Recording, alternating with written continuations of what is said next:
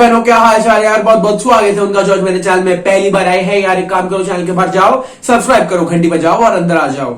और जो मेरे चैनल में पहले भी आ चुके हैं यार, इसे तो अपना ही चैनल समझो। तो यार आज हम एक्सक्लूसिवली बात करने वाले हैं सिर्फ और सिर्फ JEE 2022 एस्पायरेंट्स के लिए। वो बच्चे जो अभी 10th का बोर्ड देकर एकदम फ्री है और सोच रहे कि यार हमको अब जेई मेंस और जेई एडवांस के थ्रू किसी रेप्यूटेड NIT, IIIT या फिर IIT में एडमिशन लेना है। So obviously these two are your target examinations. और इन सबको एक्सेल करने के लिए सबसे पहले आपको जो प्रिपरेशन, आपको उसको कैटेगराइज करना पड़ेगा into 4 major zones. The first zone is obviously 2020 time. 2020 में आपके जितने महीने बचे हैं आपको उसको प्रॉपर्ली यूटिलाइज करना, क्योंकि well begun is half done. अगर आप ढंग से प्रिपरेशन चालू करोगे, बहुत से लोगों ने चालू कर भी दी होगी, लेकिन उस प्रिपरेशन को डायरेक्शन देना बहुत जरूरी है। ठीक है, उस प्रिपरेशन को जब तक डायरेक्शन नहीं दोगे, आप मेहनत करते रहोगे लेकिन आप रिजल्ट उससे नहीं निकाल पाओगे। और आपको लाखों लोग ऐसे मिलेंगे हर साल जो कि JEE main, JEE advance, NEET के लिए प्रिपेयर तो करते हैं लेकिन उसमें सक्सीड क्यों नहीं कर पाते? क्योंकि उनकी प्रिपरेशन को डायरेक्शन नहीं मिलती है। So direction is the key. आपके बारे में बात करने वाले हैं, ठीक है। The second zone is obviously the first 6 months of your 2021 academic year। 2021 is going to play a major role, क्योंकि 2021 एक ऐसा साल है जहां पे आप 11th का कोर्स भी करोगे, 12th का कोर्स भी करोगे। ठीक है, आप सिर्फ और सिर्फ 2020 में फोकस करने वाले हो 11th के कोर्स में, लेकिन 2021 में आपको 11th और 12th दोनों का कोर्स करना है। ठीक है, the third zone is obviously the latter part of 2020, जहां पे आपका एकदम फुल स्विंग में तैयारी होनी चाहिए, क्योंकि उसके बाद आपका आना है fourth and the final zone. वो जोन जिसमें आप सबसे पहले जेई मेन जनवरी सेशन दोगे और वहां से लेके आपका जो जेई एडवांस तक का सफर होने वाला है वो काफी ज्यादा डिफिकल्ट होने वाला है। लेकिन अगर आप इंप्रोवाइज करते चलोगे आप बहुत अच्छा कर जाओगे। अभी का सिचुएशन क्या है? अभी कोविड चल रहा है, बहुत से लोग क्या, हर कोई अभी ऑफलाइन कोचिंग अवेल नहीं कर पा रहा होगा। हम सब जानते हैं कि यार जो प्रिपरेशन है, जो एक स्ट्रिक्टनेस फैक्टर है वो आपको ऑफलाइन कोचिंग में बहुत ज्यादा रहता है। लेकिन अभी आपको क्या करना है? सबसे पहली बात, क्या course of CBSE examinations and your JEE mains and JEE advance different है? नहीं, 90 से 95% कोर्स आपका सेम रहता है। आपको अब क्या करना है? सबसे पहले एक बेसिक्स बना लेना है। ठीक है, जेई मेंस और जेई एडवांस, अगर आपको जेई मेंस में एक्सेल करना है, राइट, आपको सबसे पहले बेसिक्स बिल्ड करना पड़ेगा और आपको स्पीड रखनी पड़ेगी। बेसिक्स और स्पीड ये दोनों चीजें ऐसी है ना, अगर आप इनको साथ में लेके चलोगे जेई मेन में आप एक्सेल करोगे ही करोगे। इसके लिए सबसे पहले एनसीईआरटी का थर्ड नॉलेज आपको चाहिए।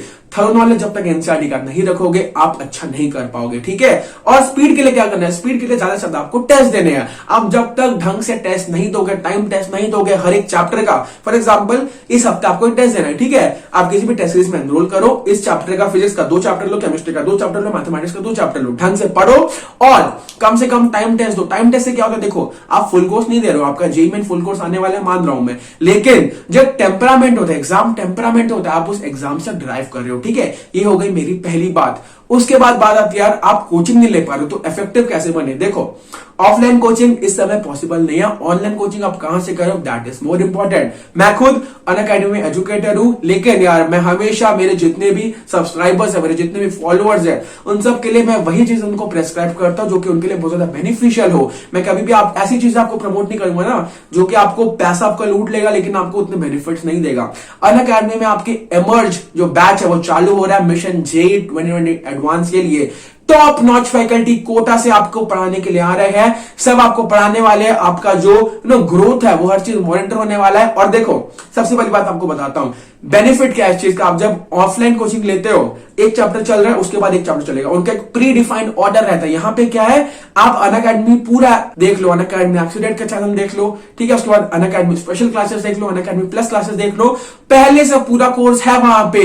Different level of top educators आपको पूरा कोर्स पहले खत्म कर चुका और उसके ऊपर रिविजन चल रहा है अभी। ठीक है, आप हर एक चीज को एक्सप्लोर कर सकते हो अनअकैडमी में। अनअकैडमी में सबसे बड़ा फायदा यही है कि आपको पूरा कोर्स मिल रहा है, आपको जिसमें डाउट आप वो कर सकते हो।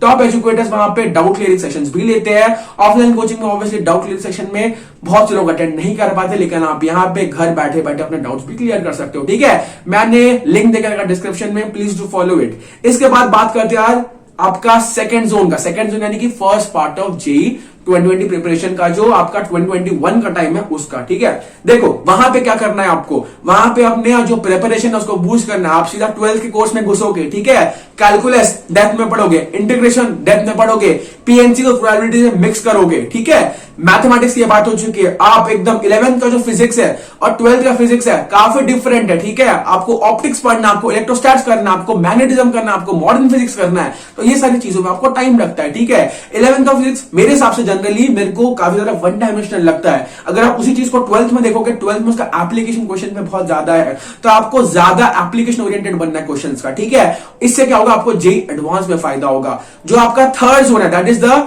लैटर पार्ट ऑफ 2020, उसमें आपको क्या करना है, देखो आपको अगर एक्सेल करना है जेई मेन में, जे एडवांस में, एक होता है कोर्स कंप्लीशन और दूसरा होता है कोर्स मास्टरिंग। कम से कम जो कोर्स कंप्लीशन का टाइम है, आपको थर्ड आपका जो जोन है उसके आधे तक या फिर पूरा खत्म होने तक खत्म कैसे भी करें कर देना, क्योंकि उसके बाद आता है आपका smart work. Smart work is like आप अपने कोर्स को मैक्सिमाइज कर रहे हो, ठीक है। स्मार्ट वर्क इज लाइक आप अपने स्कोर को मैक्सिमाइज कर रहे हो, ओके। अपने स्कोर को कैसे मैक्सिमाइज कर रहे हो, आप एक बार देख रहे हो, ठीक है। मेरा स्कोर अभी मॉक टेस्ट में इतना है, लेकिन कुछ कुछ जो आपके ट्रिक्स होते हैं, जो आपको स्कोर को मैक्सिमाइज करना है, टाइम कंजम्पशन को कम करना है, ठीक है।